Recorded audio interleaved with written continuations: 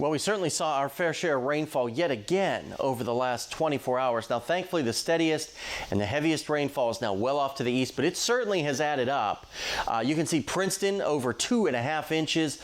All these other locations seeing just about 2 inches of rainfall. We will still add to these totals just a little bit throughout the rest of the morning. We'll have updated numbers most likely this afternoon, but still, this is nothing. And, we have been wet, earlier this month as well. So it's been a very wet November after how dry it was in October. Now, rest of today as we go throughout Thursday, leftover showers, mist, drizzle, sprinkles, all of that will kind of be hanging around. When it's not precipitating, we'll just be seeing cloudy and breezy conditions and temperatures that are going to go basically nowhere today. What it is when you walk out the door this morning is pretty much what it's going to be like all day long, with temperatures stagnant in the 50s, maybe dropping into the upper 40s by later this evening and into the overnight hours. By the lunch hour, still seeing a couple of leftover showers and sprinkles, as I said. Notice the clouds really hanging on as we go through the day and into this evening. That persistent overcast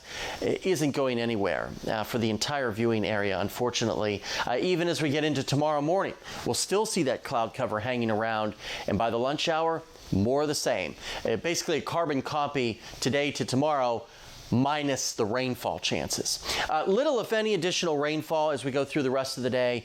Maybe a hundredth or so. That would, I think, be a worst case scenario across the tri-state. So a couple of stray sprinkles throughout the day, maybe this afternoon as well, as we'll be stuck in the upper 50s. One or two spots might hit 60 degrees, but that would really be the exception rather than the rule here. Notice our daytime highs to our morning lows on Friday only dropping 8, 9, 10 degrees. So temperatures really very stagnant here over the next 24 hours. And even tomorrow, temperatures still flat across the board with those clouds hanging around. We should finally see skies break up on Saturday before mostly cloudy skies return for both Sunday and Monday.